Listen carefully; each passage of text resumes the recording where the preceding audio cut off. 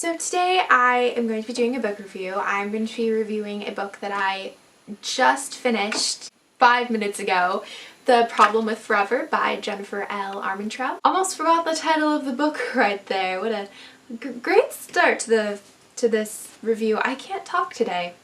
JLI is a favorite author of mine. If you've been following me for a while, you know that about me. I am just a little bit obsessed with her. Gosh, I just love this woman. What's funny is that you will never, ever catch me reading contemporary romance. That is one genre that I just do not read, and I like to think that I'm one of those people that reads every genre and is open to just reading any kind of book.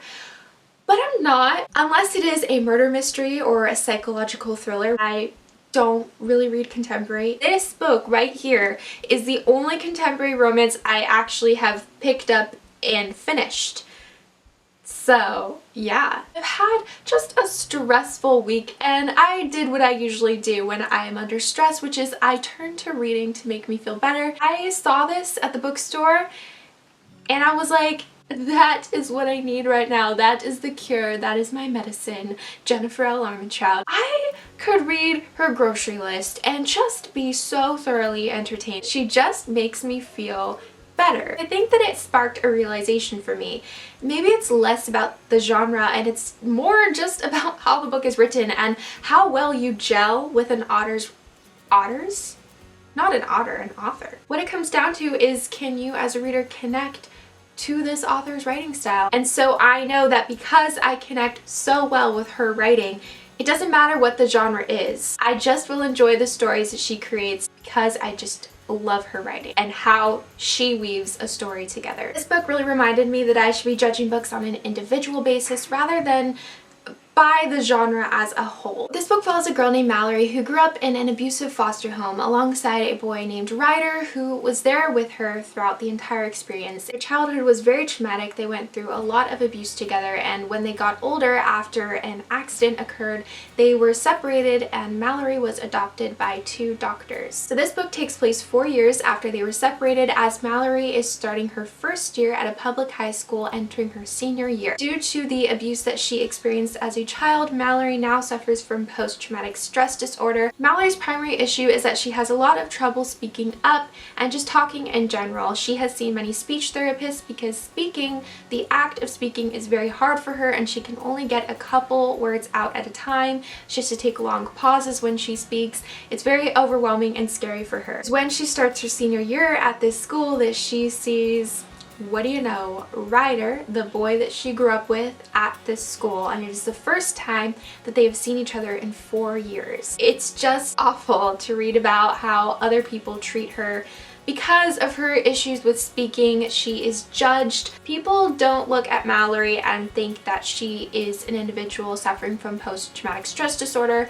They just see a girl who is awkward, a shy, stuttering girl. And I think that Mallory is a character that a lot of people will be able to relate to. And Jennifer L. Armentrout actually says something in the acknowledgements of her book. I realized that at the end of the book, there is a bit of mouse in all of us.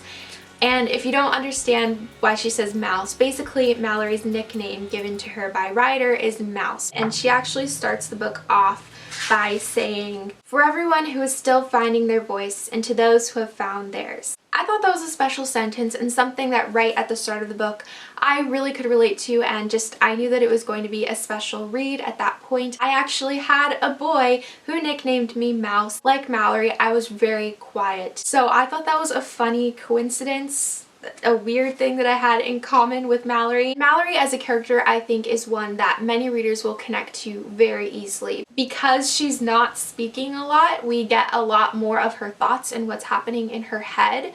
And I think that's one of the things that makes this book so special, is it's really focusing on the heart of the characters, the core of people, and more of the internal battles that we have that affect our external appearances and how we act. I think this book addresses a lot of things, a lot of insecurities, a lot of life circumstances, a lot of things that people go through that they don't talk about. That's why this book is one that you will be dangerously sucked into, because it is all about being in the mind of Mallory, and you are just so helplessly sucked into her mind because it is such a complicated one. What I love most about JLA and what keeps me going back to her books are her characters. And even though sometimes her characters are very silly, I love that because that's what real people are like. There's something very authentic about it. She doesn't hold back. She's not trying to make it sound a certain way. She's not trying to build her character to come across a certain way.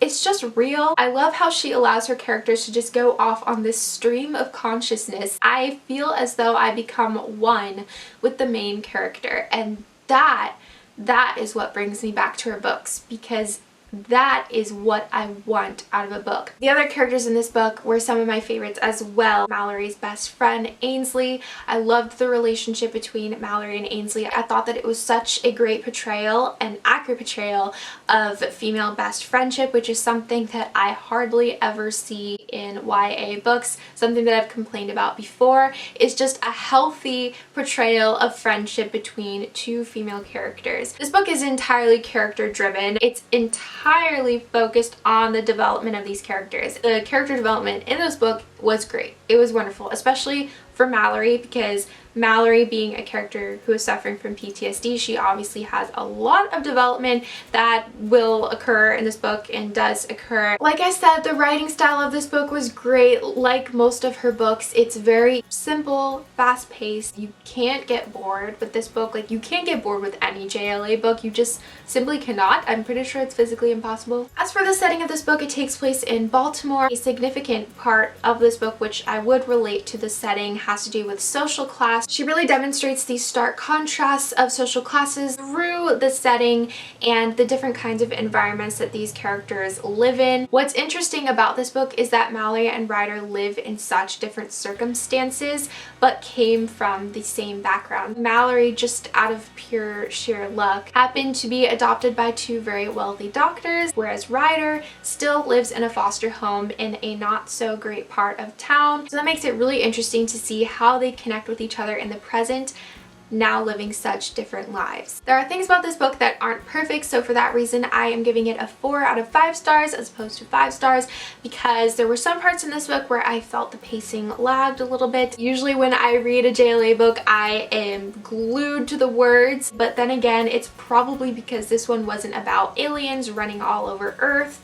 and that's usually what keeps me entertained. So, and I had some minor issues with how the story was organized, but besides that, I really enjoyed it. And I think, considering this is contemporary romance, the fact that I loved it so much really speaks volumes for this book. If you aren't a big contemporary romance reader like me, go and read her other books first. I recommend you start off with the Lux series because that's my personal favorite. If you are a fantasy or sci-fi fan, maybe come back to this book after you have read the other books, because I think that might give you a different sort of appreciation. And do keep me updated if you do end up reading it. I want to know what you thought of it and the ending and just everything, because I'm an emotional wreck right now, and I feel sad but happy. I don't know what I feel. This book really messed with me, okay? And that is going to be it for today, so I hope that you guys enjoyed today's review. If you did, you can go ahead and give it a big thumbs up.